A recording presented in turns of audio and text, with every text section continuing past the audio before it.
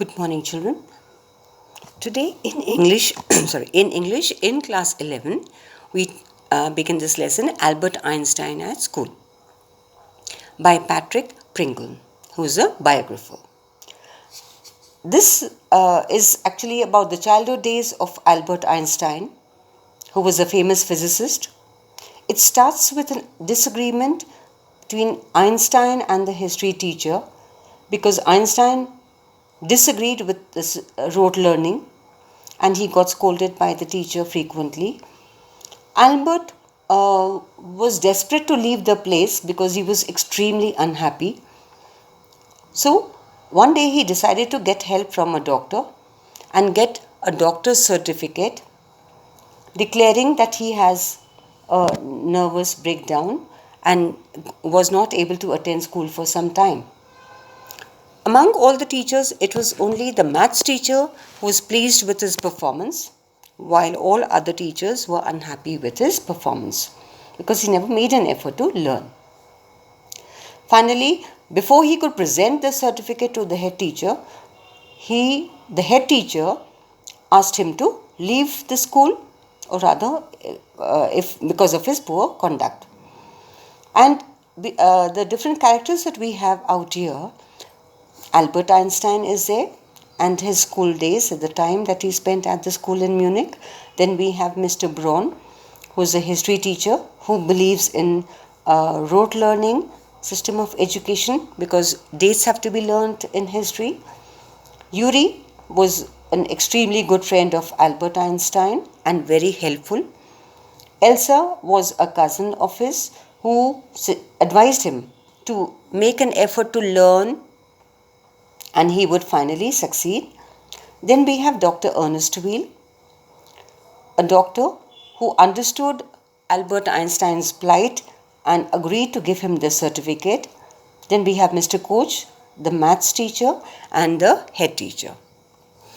So if we see out here, in what year Einstein asked the history teacher, did the Prussians defeat the French at Waterloo?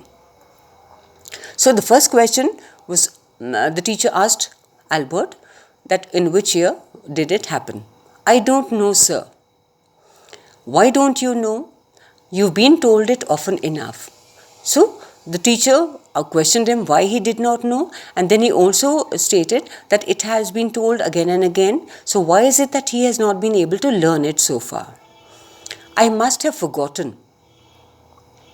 Did you ever try to learn? Asked Mr. Braun.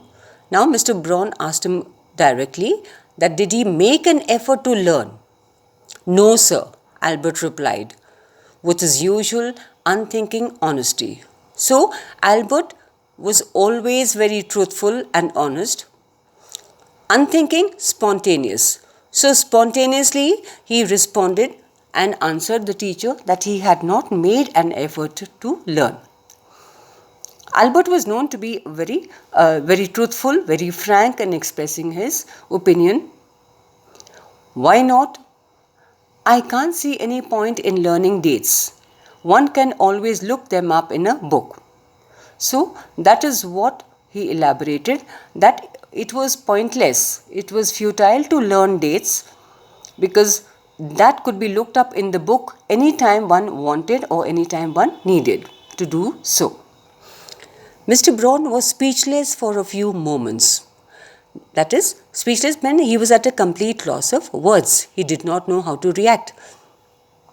You amaze me, Einstein, he said at last. Amaze means that you surprise me.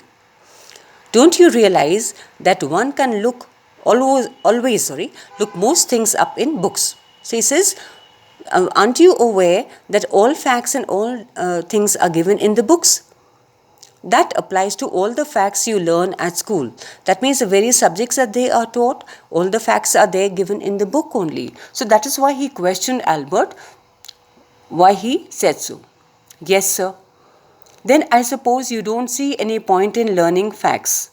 So he again questioned him and again asked him, you can say that really wondering why Albert felt so, that there was no need to learn facts.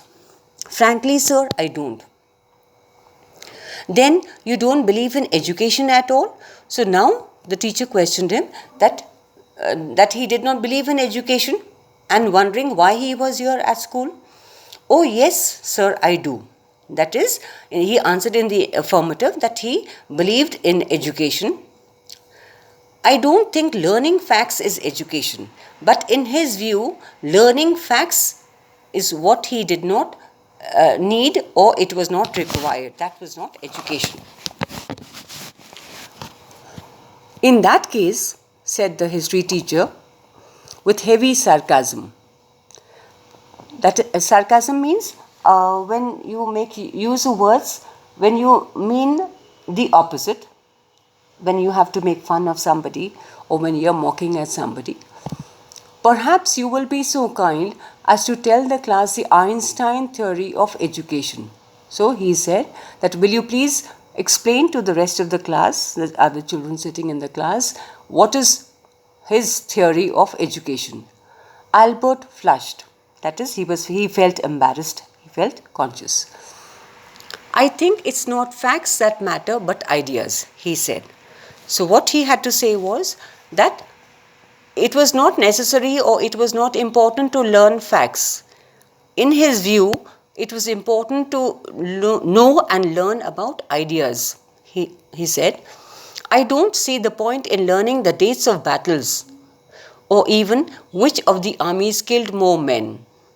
So in the case of battles that he is giving an example, that it was not necessary to know, or it was pointless to know when the battles were fought, or even which army killed more men than the other. So which of the two armies that were fighting with each other, which army killed more? As such, I would be more interested in learning why those soldiers were trying to kill each other. So he says that according to me, I would like to know, or in my opinion, I would like to know why they were trying to kill each other, or what is the reason or the idea behind that battle that they fought. So that is what he elaborated when the teacher asked him. That is enough.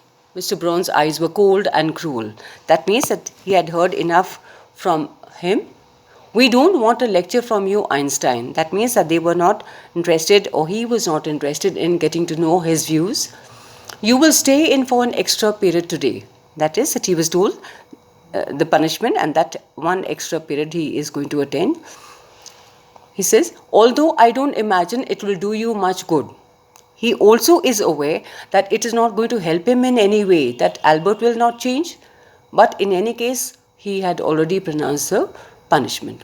It won't do the school any good either. He says, he felt, the teacher, the history teacher felt that it was not, his attending school was not helping him, and nor was it helping the school. You are a disgrace.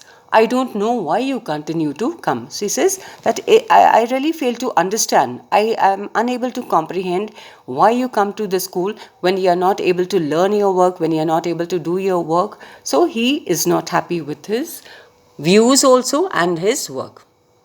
It's not my wish, sir, Albert pointed out. That is, Albert expressed himself stating that it was not his desire, it was not his wish to come to the school. It was his father's wish, and therefore he attended the school, and that is the reason why he was here. Thank you.